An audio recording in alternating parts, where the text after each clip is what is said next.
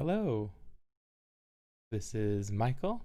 Here I am on a beautiful Thursday, very hot out, um, which it can get in California these days around June, but I think it's about 10 to 15 degrees hotter than normal.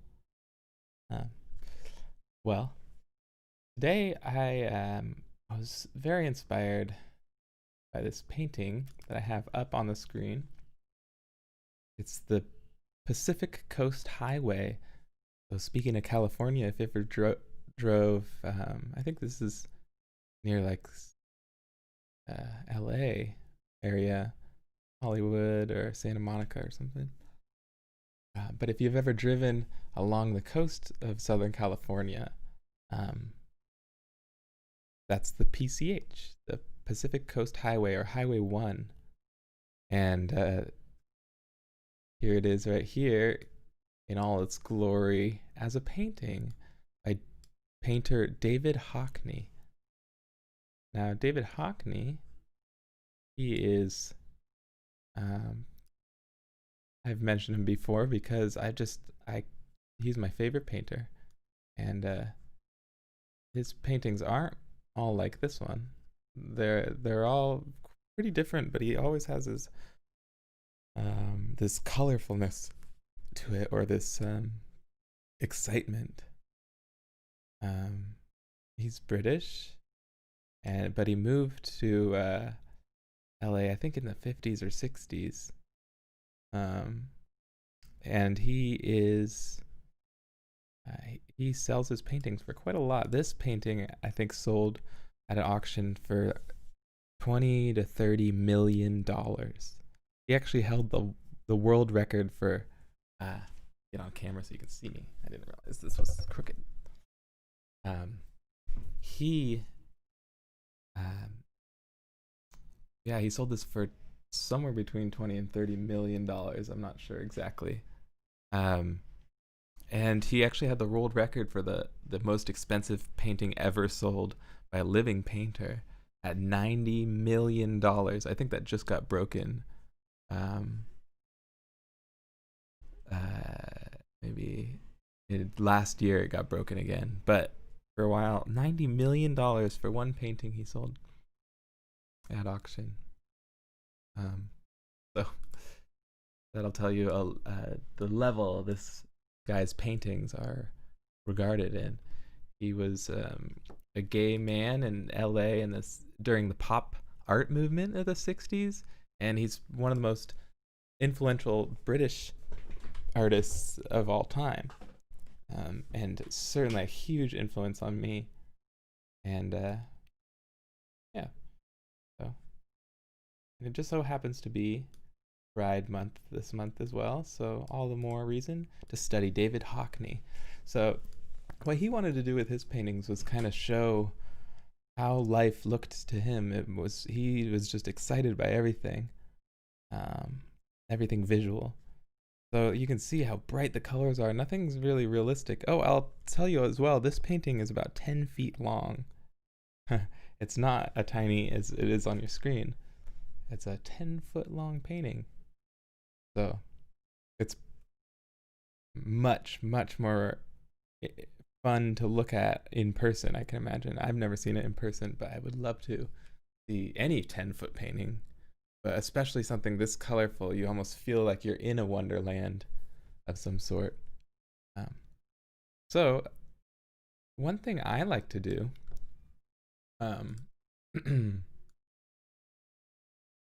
as an artist student is I like to copy the art I like. So I'll find a painting, a drawing that I think, oh, that's an interesting style. I would like to paint more like that person. So I'll just sit there and try to copy and really notice the little things that they do, and see if I can learn anything that way. So I thought maybe we could all do it together. Of course, he's on a 10-foot canvas. It would cover my whole wall, and I don't have that much paint, and neither do you, I'm guessing. But I do have this digital canvas, and you could always use a piece of paper with a pencil, colored pencils or crayons, markers, whatever you want. I think markers actually would probably do really well for this style. So if you have markers, you can pause me here and go get them. I'm going to resize this slightly. I only have so much real estate on the screen.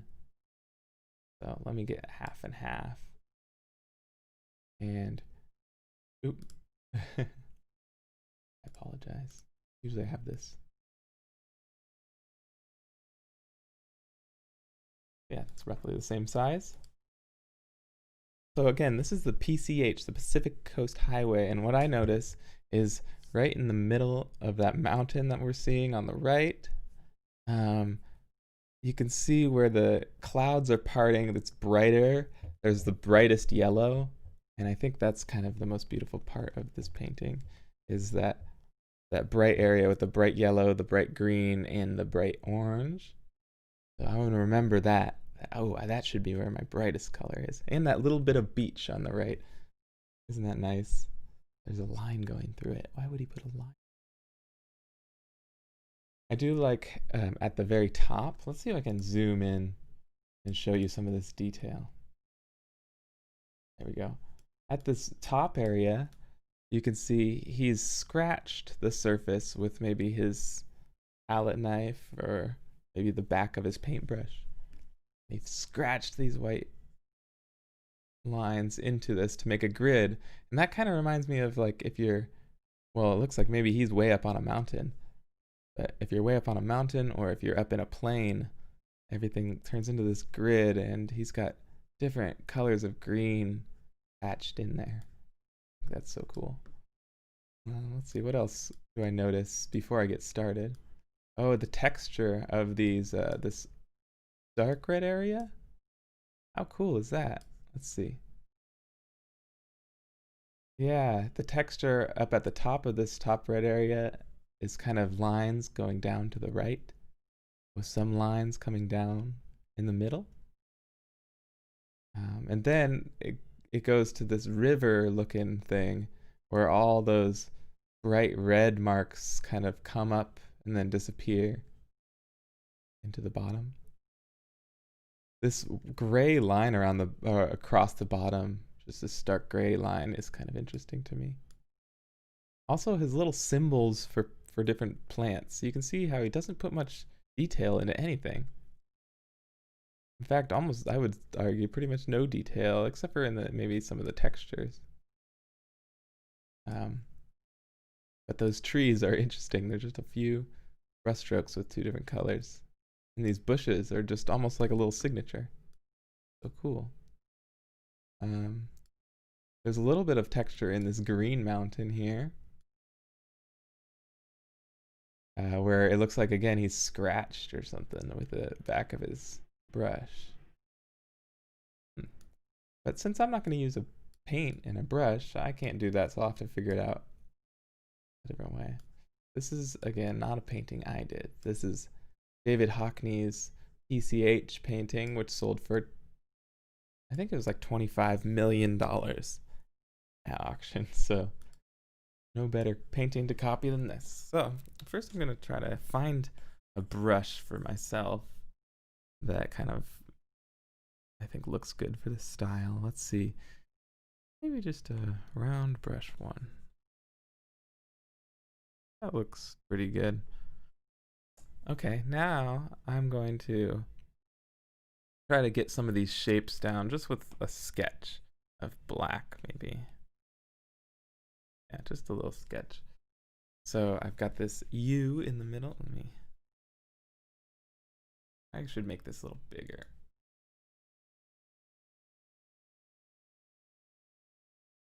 Too high up anyways to see my face.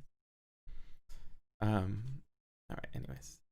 This U in the middle seems like a good place to start. And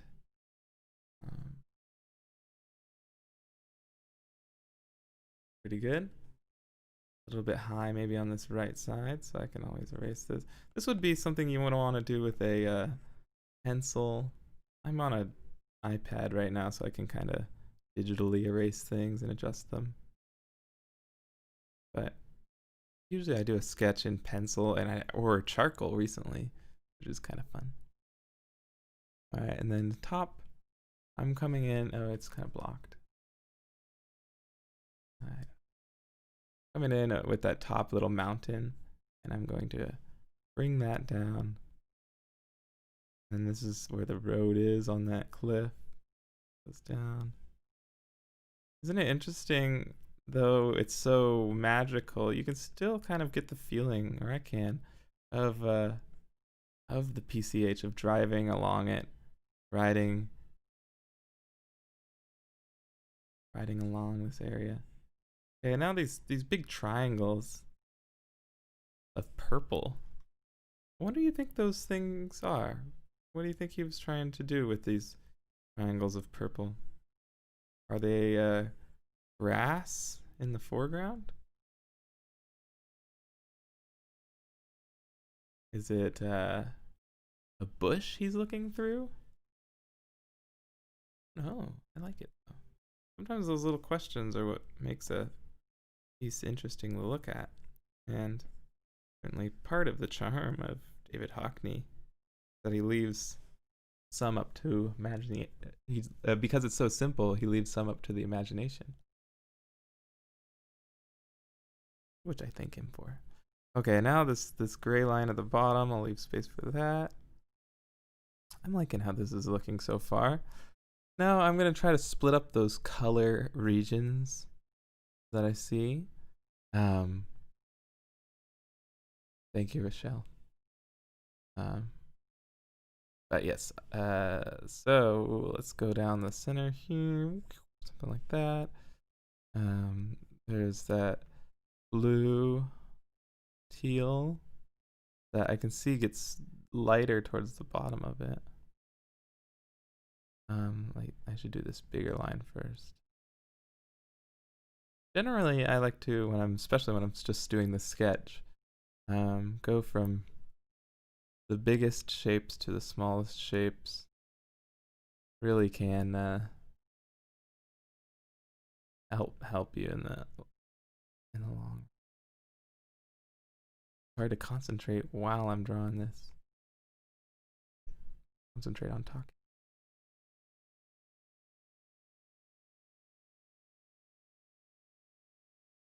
I find while I'm speaking, I tend to do little choppier movements because I can't concentrate on a big sweeping line quite while I'm talking.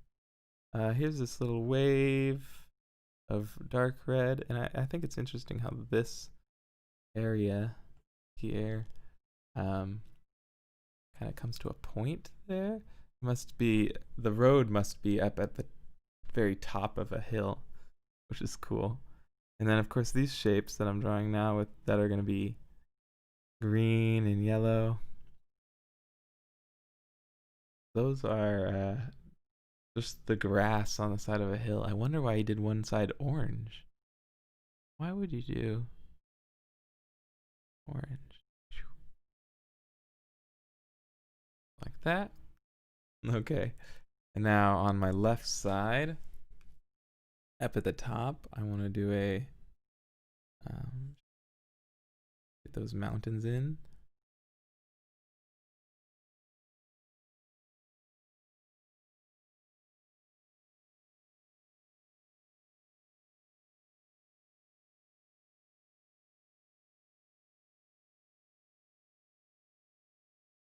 Okay, and then the curve of the bay there.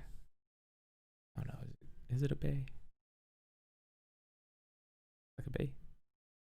There's this little curve of the road. I love this area. I'm going to zoom into that real quick. This area of road up on the mountain on the left side.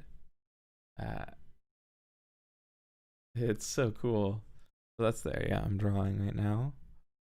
I just love how the form of the mountain sometimes blocks the road, like where I'm drawing right now is this little bit of mountain and then a bright red streak right there. Wow. at first glance, this painting looks a little maybe childish even because of the colors. But as you explore around it throughout the hour, it becomes more and more just incredible. The little tiny things that he's put in to make this believable, even though it's magical.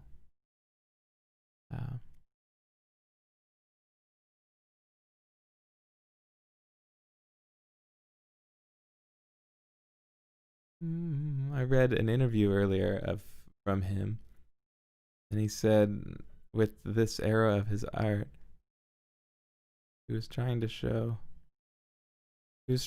how life for him and how the homosexual experience was different from heterosexual experience. How being a gay man kind of made him see the world differently. And that's what he was trying to portray through his view of the world. A lot of artists use their own experience. A lot of artists, I'd actually maybe argue all artists, have to use their experience to inform how their art looks, and whether they are thinking about it or if it just happens without them knowing. Important sometimes when studying an artist to see who they were, why they might have done certain things. Okay, now this hill here, let's see, like that. Again, this is the first step, which is just kind of getting the shapes of everything so that when I do all the coloring, which is the most fun part, it'll be kind of in the right spot. And you can spend all the time you want to get as close as you need to, as you're comfortable with getting. But I'm just gonna draw this kind of quickly. If I was not trying to talk while doing this, I might spend more time, get a little bit more exact. But since we only have a limited amount of time, I'm just gonna get close. Something like that, I reckon. All right.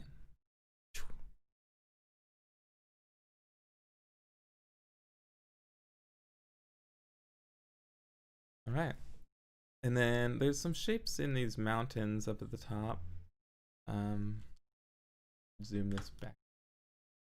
You can see, oh yeah, there's that weird rock.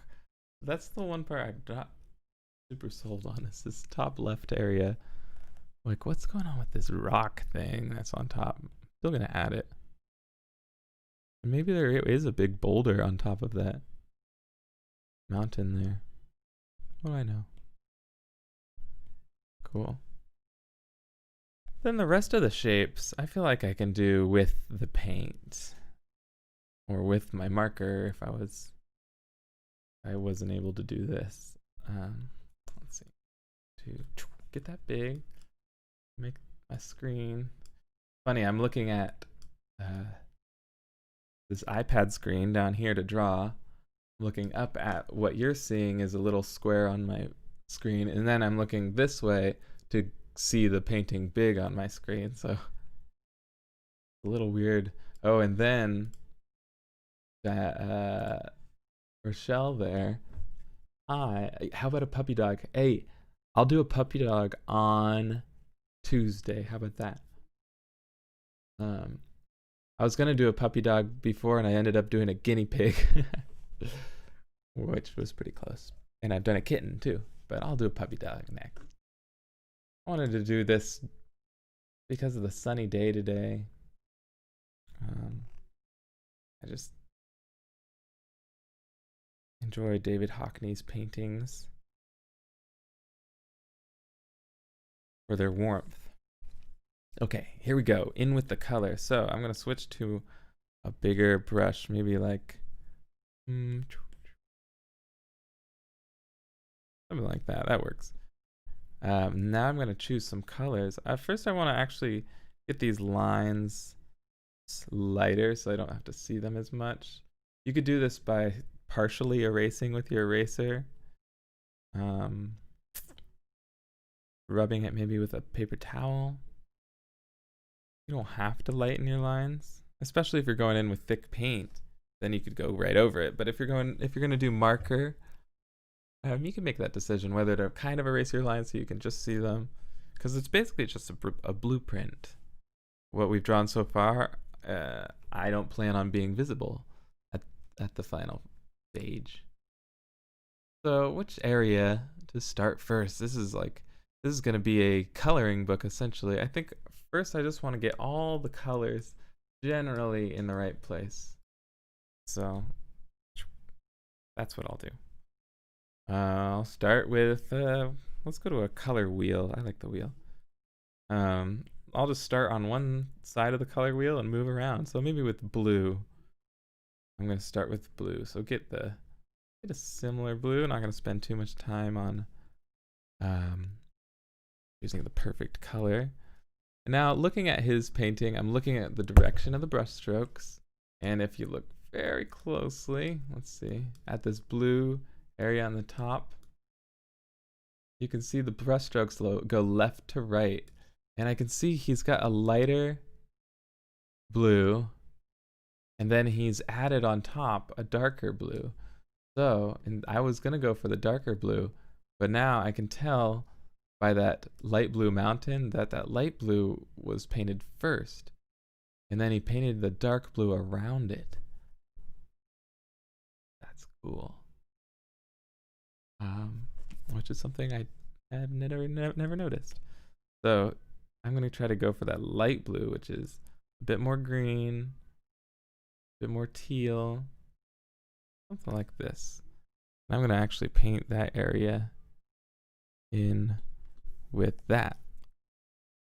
So just using big left to right strokes. You don't, especially on the first layer of painting, but also I would say with markers or crayons or anything, your first pass after your sketch,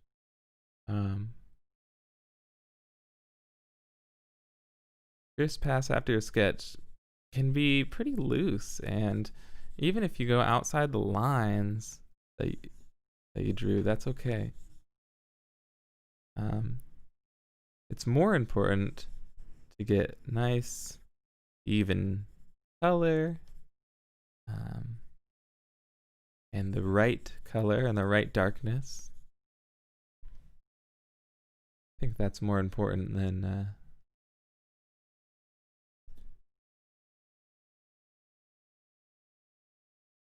staying in the lines. All right, now I got that light blue, and I'm gonna go over with the dark blue now. So why not just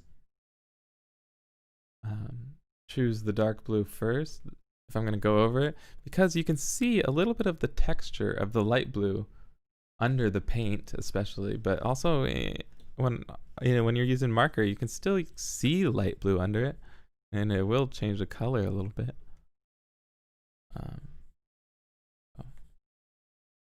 Why? Hockney probably would have. I gotta be careful around this part. 1 second. Hockney would have. What the heck? Where am I?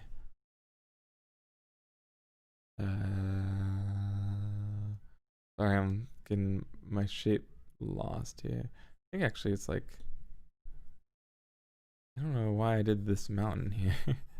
See, actually, this is a good example though. How where there's no light blue, it looks off. It looks different, huh? So I'm actually gonna go back to this color, fill this in. I don't know what happened there.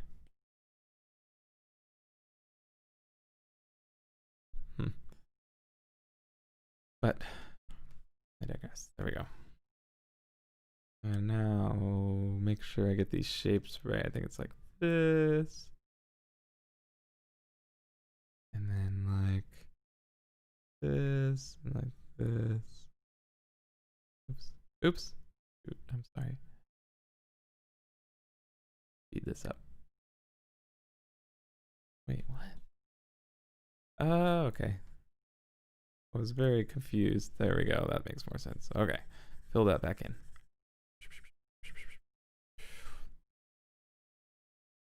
Sometimes with this iPad, I zoom in and then I make weird mistakes because it's zoomed in and I can't see the full picture. That's why. That's one of the negatives about working digitally is it's cool to be able to zoom in, but it sometimes hinders you. Now this darker pool on the left, I'm noticing actually is with the same thing. You start with the light blue.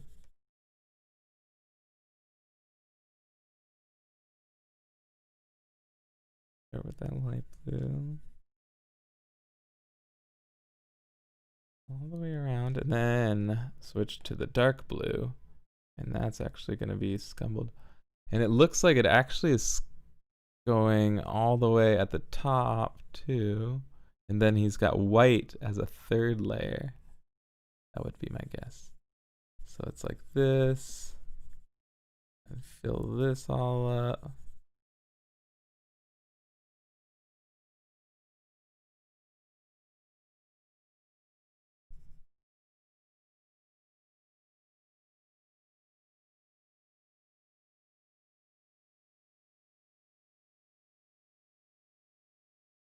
Cool.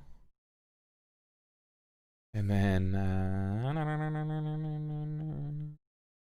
yeah. And then I can add some white actually onto the top. Maybe light blue would be a good idea. Onto the top of the page there, just a little bit. I'll actually lighten that up even more. And then there's like the coast kind of does it too. Something like that. Yeah. I like that. And then he's got, of course, the green on top of that even. But I'll worry about that when I get to my greens. Now, anything else blue on the page? Sure, there's this pink mountain with the blue on top. So actually, I'm going to think about, I'll probably have to add that blue at the end. I'm going to hold off on that. But there is these dark blue, more purple lines going down each of the triangles. Oh shoot, you can't even see this. Sorry. I forget to move your painting around. There are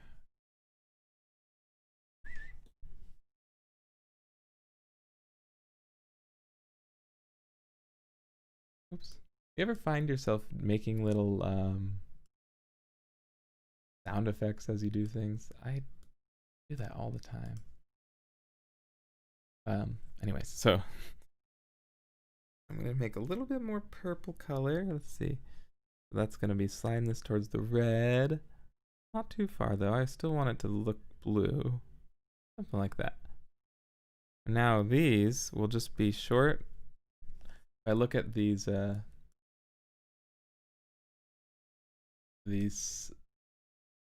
don't know what they are. Maybe grass or bushes. They're just little short vertical movements.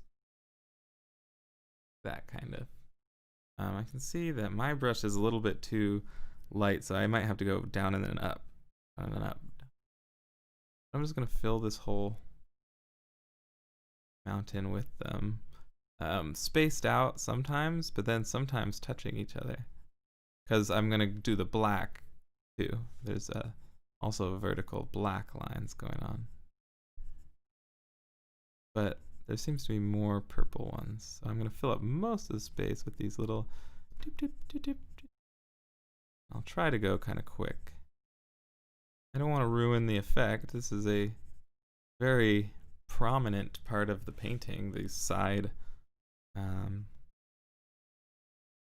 these things that kind of frame the side.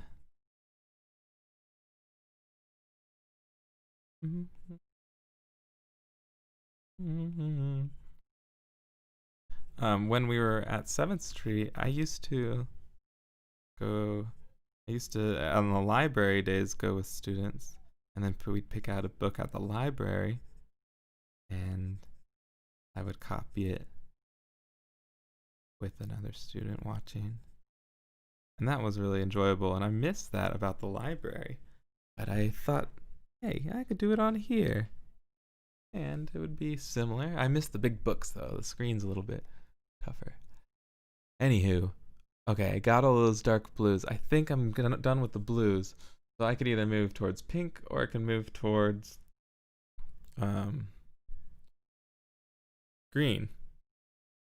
So I think I'm going to go towards green because I want to get those mountains in. And so I want to actually look carefully at these mountains. I think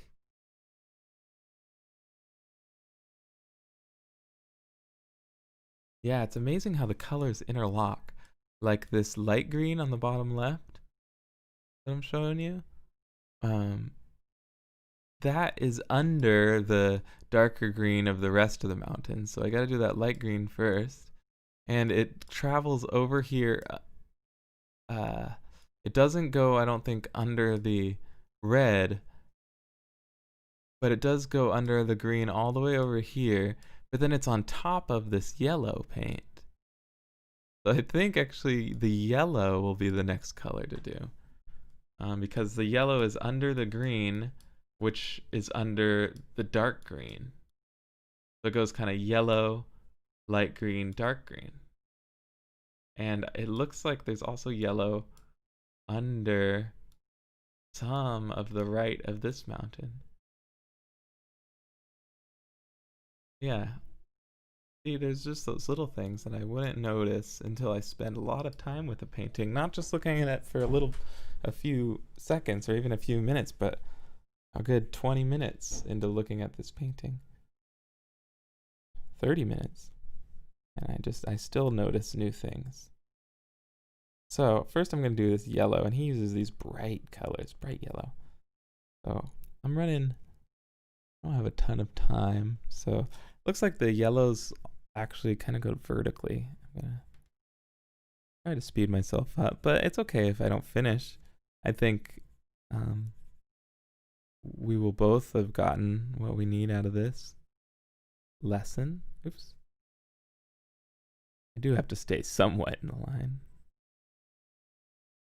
And I can show you the finished product. Oh yeah, before I go, I'll show you last Thursday, was it? No, Tuesday. What? Tuesday I did a charcoal drawing of the earth, and I added a few more minutes to it after the stream, so I'll show you that towards the end of this. I should do that in the beginning. Maybe I'll do it next time. All right, so I'm just gonna color yellow under these whole mountains because you can see that's what he's done. He hasn't over here. Now why would he have the same yellow on this mountain but also the other one over there? And they're both seem to be, the yellow part shines through much more on the left side of these mountains. Looks like I forgot a mountain here. Actually, is that what I erased? Shh. Michael, you're so silly. Let me erase that mountain back out. Fix my mistake there. Okay. Back to the painting. Let's see. Yellow, yellow, yellow, yellow, yellow, yellow. Yellow in here. Now, why am I painting this yellow instead of green again? Well, I'm painting it yellow instead of green because I can see if I look at the if I look close up, dang it, close up to it, you can see that there's yellow in the green, and I can just tell that the green has been painted on top of the yellow. You can see more texture in the greens here, and there's areas where the yellow poke out at the edges. That tells me that the yellow had been painted first. There's also maybe like a brighter red in there, but I haven't gotten to the reds yet. So I'm first doing yellow, and if you're using marker or anything, that would be the same. Same for you. You can always go over with a second coat of whatever the next color is. I'm noticing my mountain here is going a little bit strange angle. There we go. Now I'll switch to a, hold on, let me get this yellow in certain spots.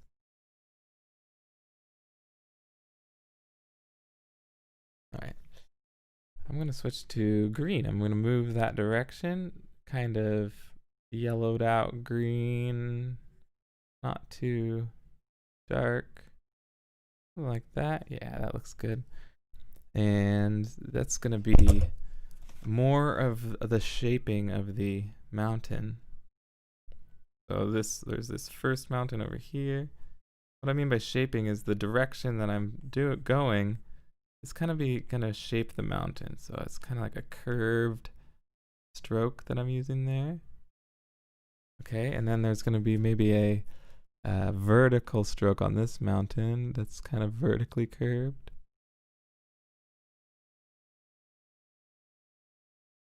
And we'll add some more dark green on top of this, but I want to fill up the whole mountain. And then up here, same kind of thing, but it looks like he's done a few horizontal lines and then switch to the vertical.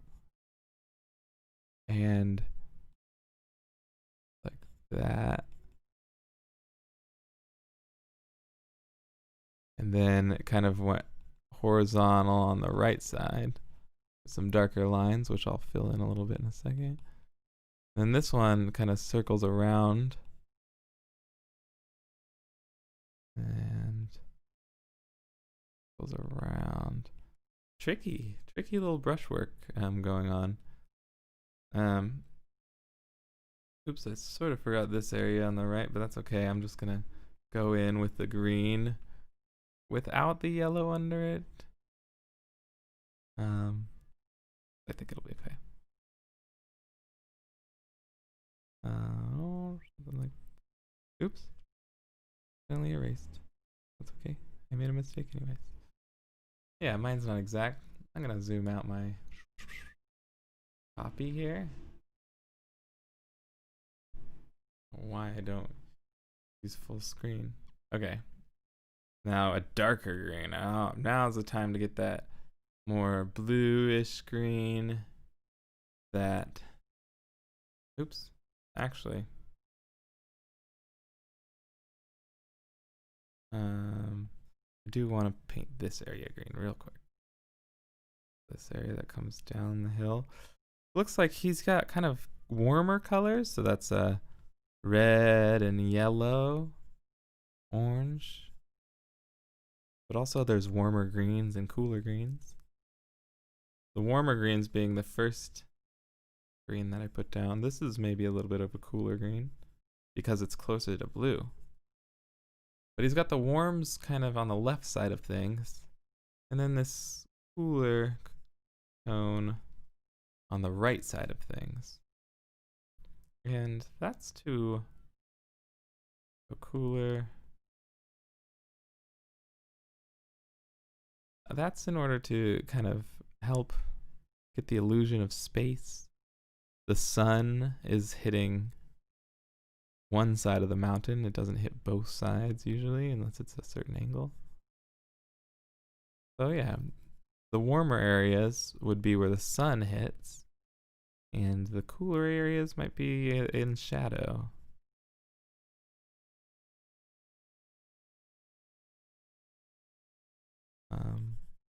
There are times when that's the opposite. The warmer areas are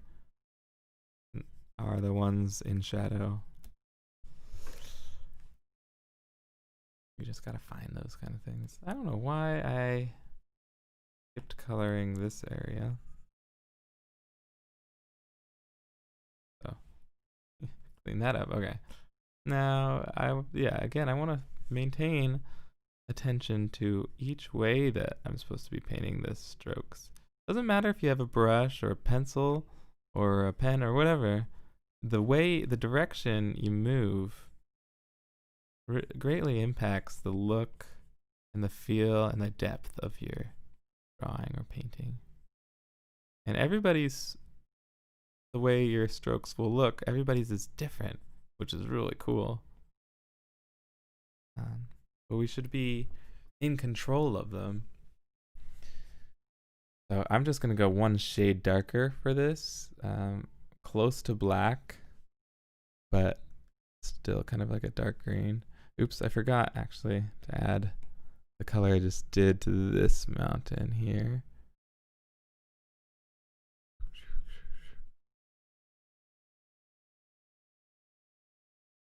Stops here.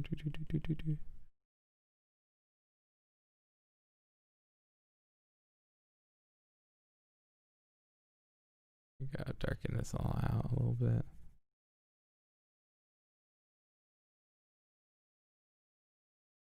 There we go. Looking a little bit more convincing there. Yeah, I'm gonna go one more shade darker for a few of these strokes. This mountain looks a bit too, a bit too warm. That's okay. Yeah, I'm not gonna get it perfect. As long as I'm kind of aware of what I should be doing, especially for a study. I know I'm not, this isn't a piece of art that I'd sell or that I'd hang up in a gallery because it's just a copy. But it's more of a learning tool to for me to learn things and for you to learn things. And not everybody's favorite painter is the same either. If you have a favorite painter or a favorite painting, I really, really encourage you to just try to copy it. Try to get as close as you can with the materials you have. Even if it's not the same material that the artist used, you can yeah, I'm getting close. You can make your own copy and learn so much no matter what you're using. So I'm gonna go black, and I can see under this path here is a black, and then they've got that red on top, and I want to kind of emulate that. So here we go with the black, and just carefully color that in.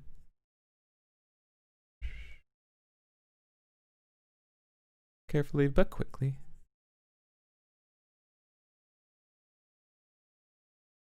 As you progress in your art education, you'll get a little bit quicker and more accurate with your lines. But don't worry if you're messy in the beginning, because that's just how it is. And there's no way but up. If you just keep going and keep trying, even if it doesn't look good, even if it doesn't look like at all like your subject. And then I think actually, yeah, there's some black along the tops of these mountains. Is there any black along the right side? Maybe a little bit.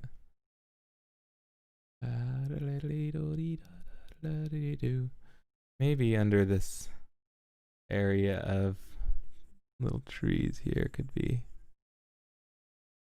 I'm trying to look under the color I see to see like what is the color under the color.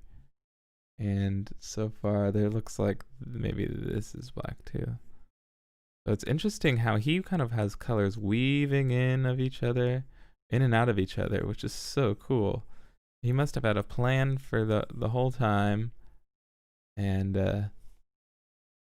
yeah, it's so apparent as I get into this how many colors overlap and go under and over each other. I think that's actually my new favorite part about the painting.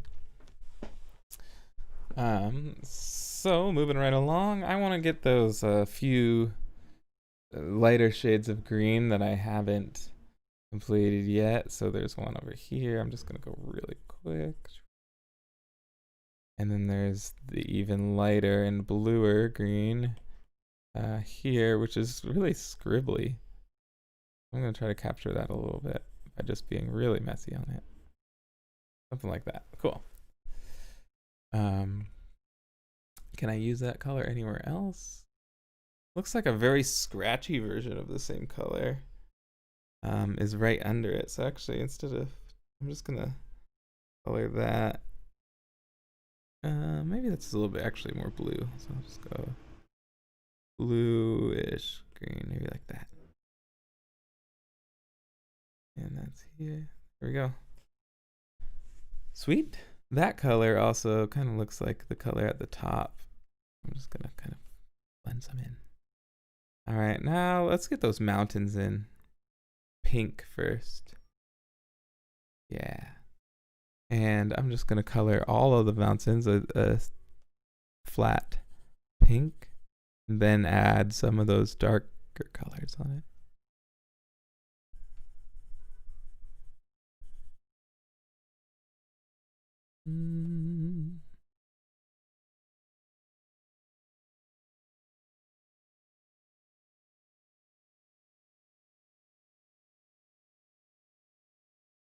All right. Oh, wow. I'm just noticing on the bottom right how... we'll talk about it when I get there. Wow, that's so cool.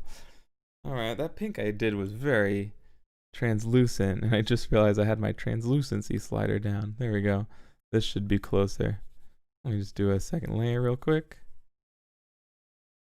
Silly me. Like, yeah, you should start light and go darker, but start a little bit too light. That's okay. All right, something like that. And now, actually there's some light applied on top of it. But there's also a lot of blue. So that's the next thing I'm gonna do is try to get that blue paint. Because that's what really defines the shape. That's much too.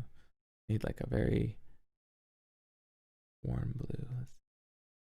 Oh, way too far, too far. This should be good. Yeah. Oops.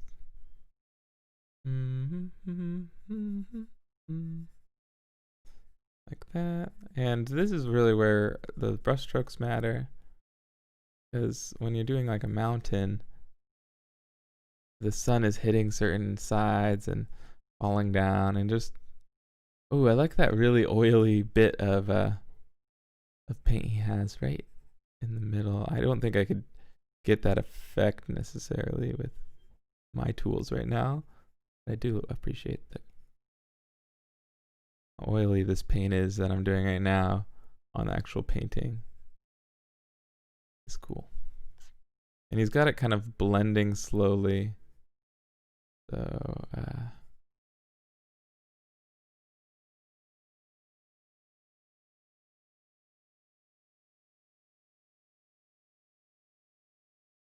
got it blending slowly from light up at the top to dark. So I'm gonna now add a little bit of the darker side in there and do that little and the sides of this mountain.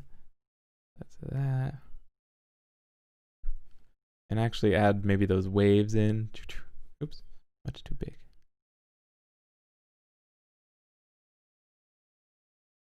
Maybe like that. It needs to be darker. And love just like the childlike waves he adds up there. Makes it exciting, huh? All right, it's starting to look like it. I only have like 7 minutes left, so I probably won't finish this, but let's try to get all the colors at least in at the right spot. So maybe this orange red for the path should be the next thing. So this is kind of like before. It's these short vertical or short little lines, not quite as short actually in the dark orange.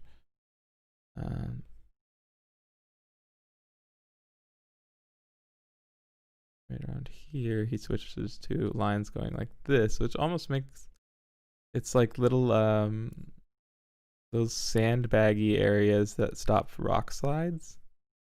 He's very, I think that's what this kind of idea is.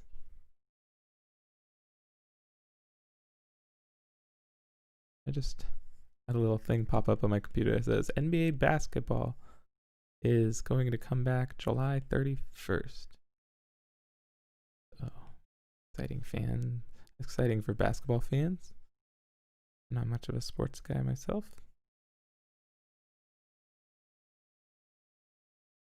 All right, and then move these.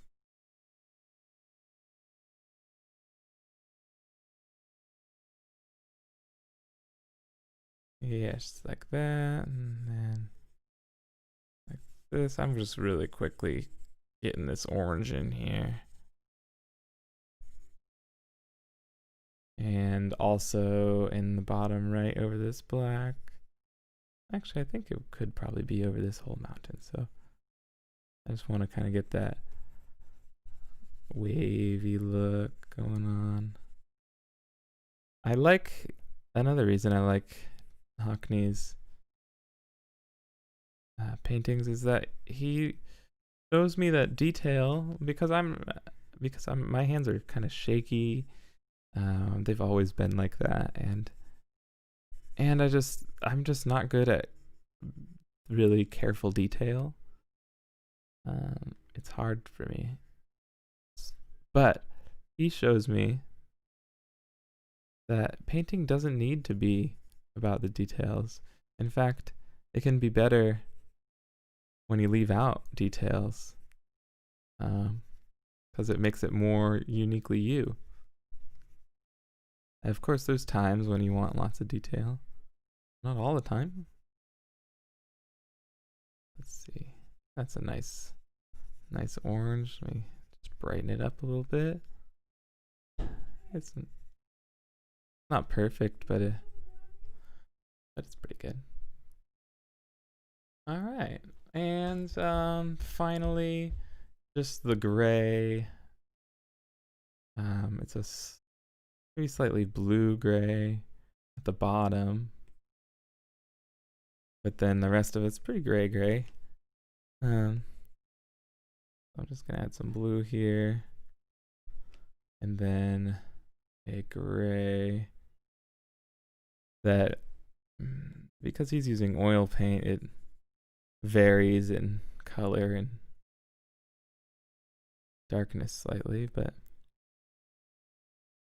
we don't have that right now. I'll just do my best. Following the direction of the road with my strokes. Going around the corner.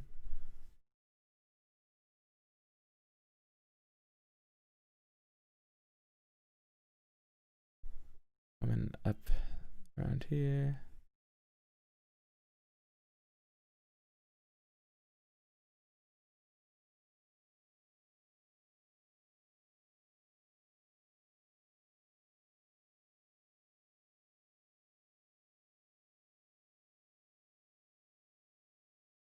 And then the road here.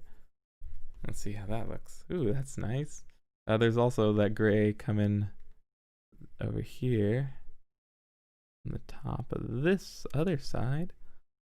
Comes down, dead ends in this field.